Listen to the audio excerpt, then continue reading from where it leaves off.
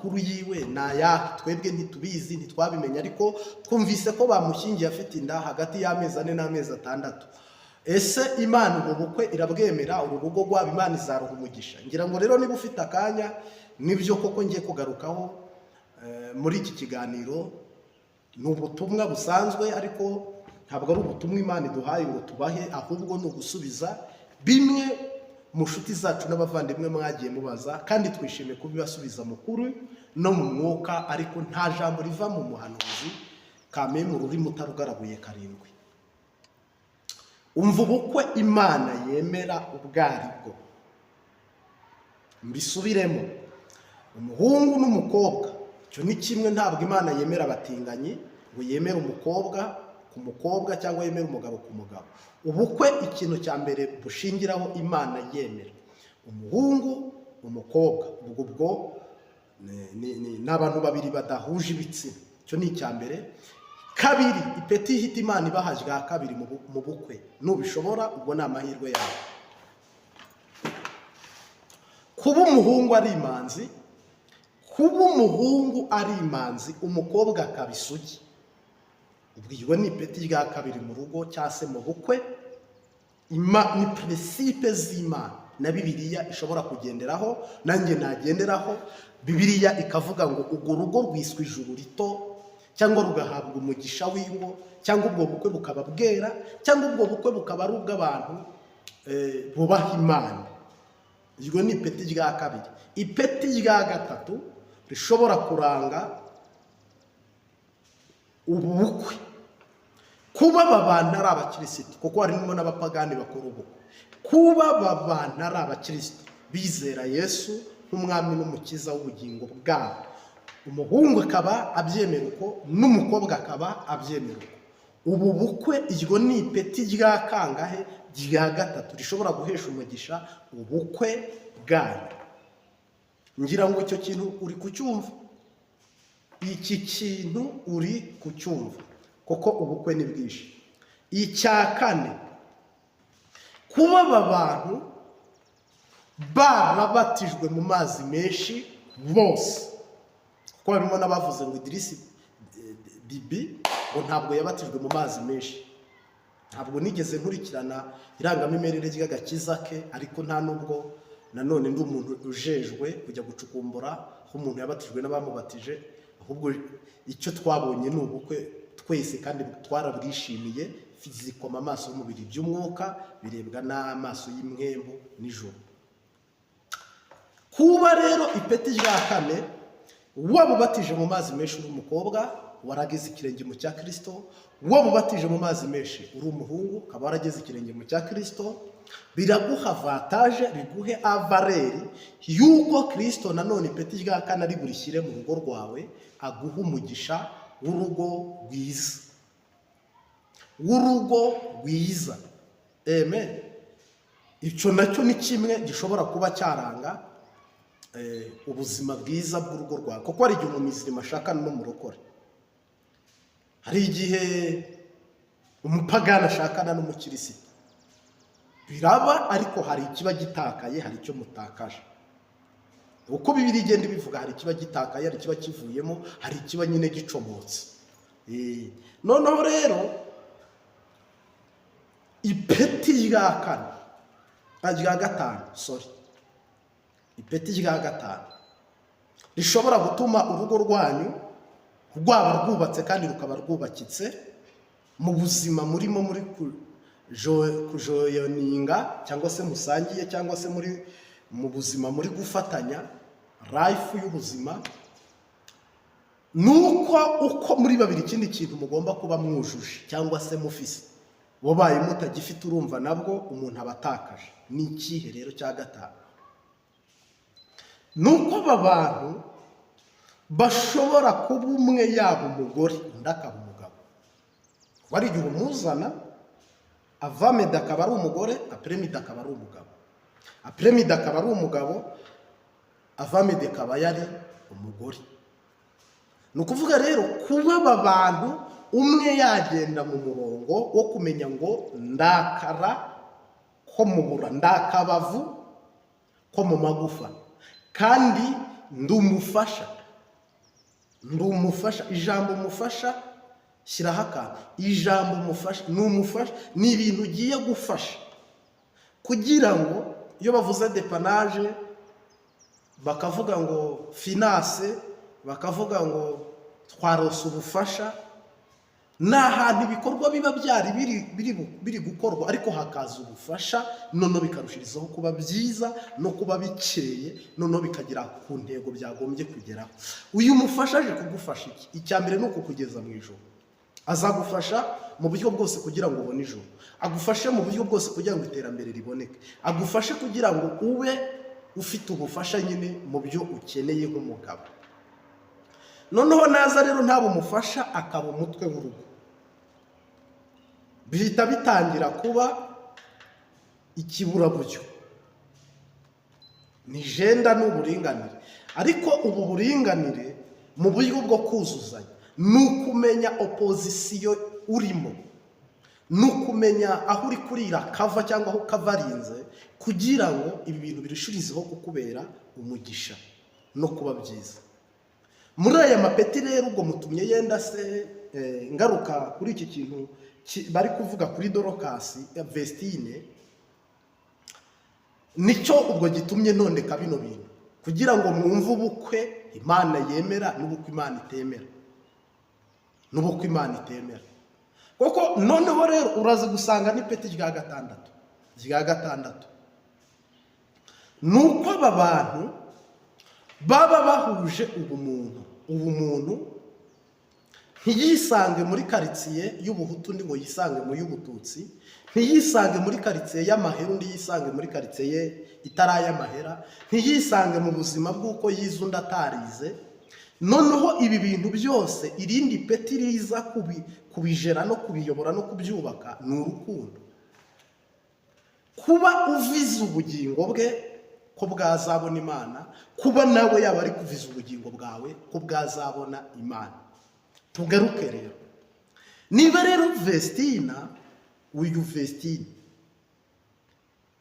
nubwo yaba adafite inda akaba yaragiye atari isugi, ubukwe bwabaye n'ibindi byose byabaye ariko yatakaje. Twabufese turarya turanywa, ariko ikintu ubwo cyatakaye nyine cyatakaye. Noneho rero Imana yo ntiri buharure ngo ufite inda igaragara ngo niwe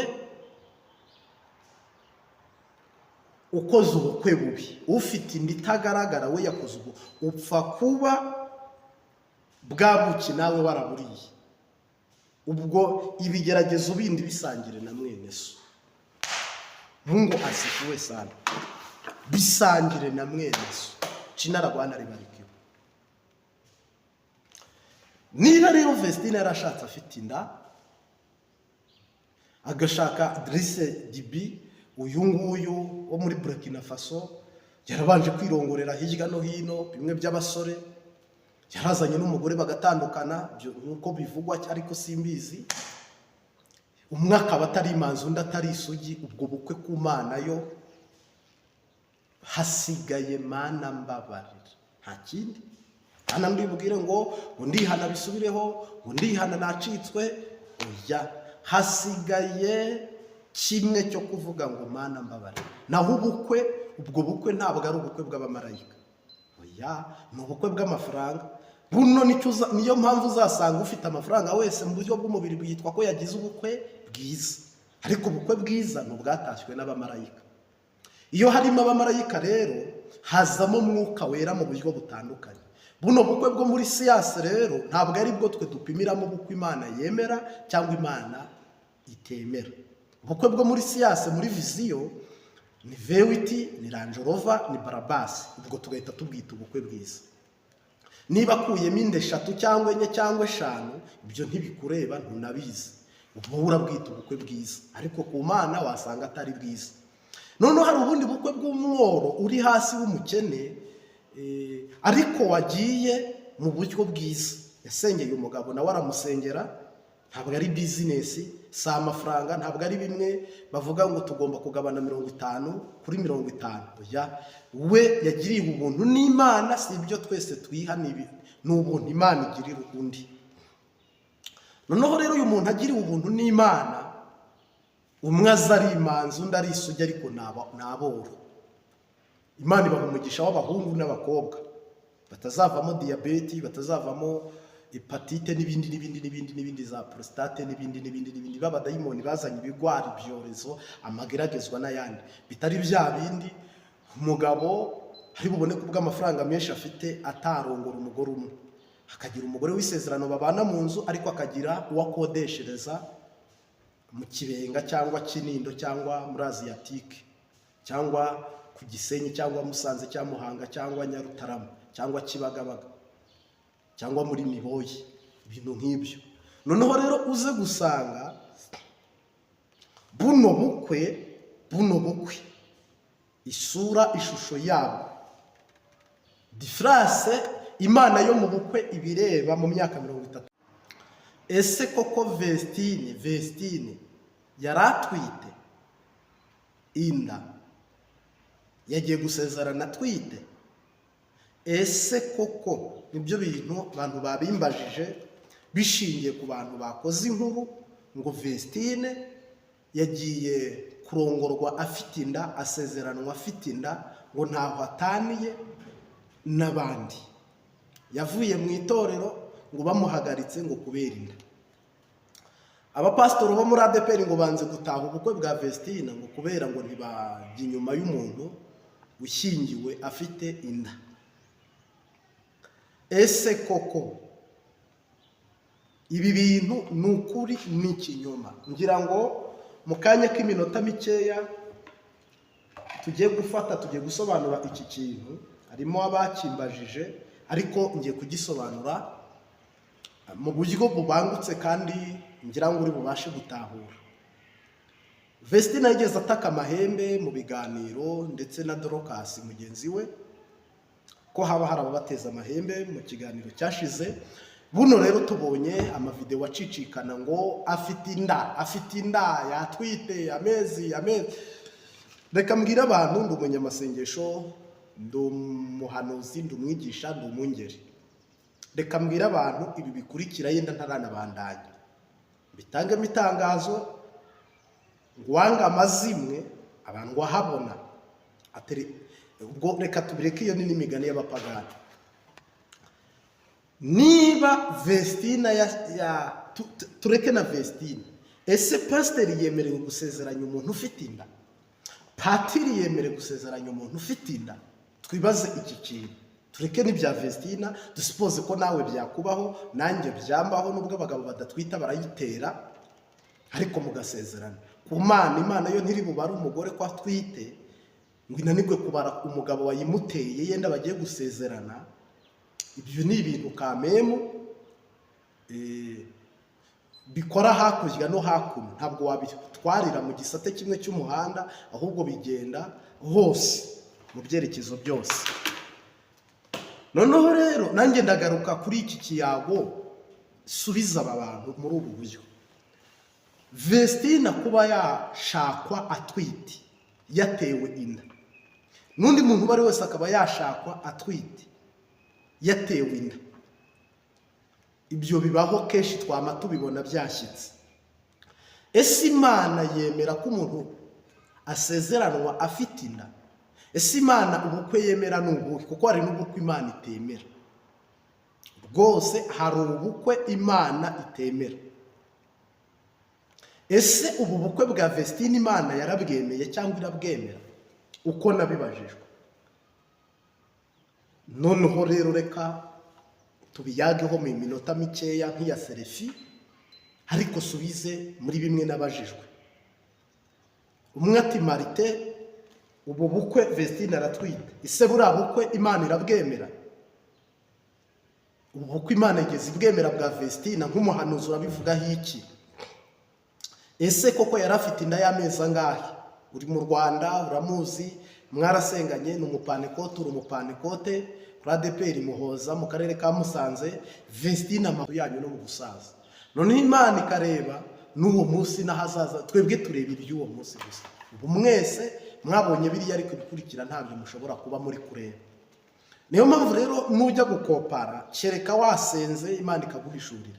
Ibindi bisigaye tureba ibiboneka, twita ku biboneka, dukurikirana ibiboneka, ariko iby'intego Imana niyo ibikurikirana, ari nayo ibyitaho. Inda rero ya Vestina, inda y'uyu Vestina, ibyo ntacyo nabishingiraho.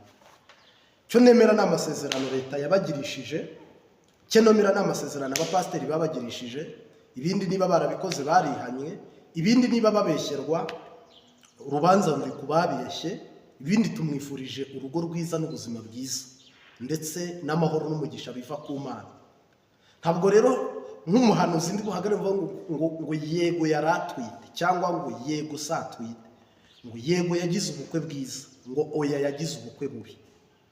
Aho hose impamvu ntari buhaboneke ni iyahe? Ni ukwirinda guca imanza, kuko sindi umucamanza, Imana niyo ireba byose.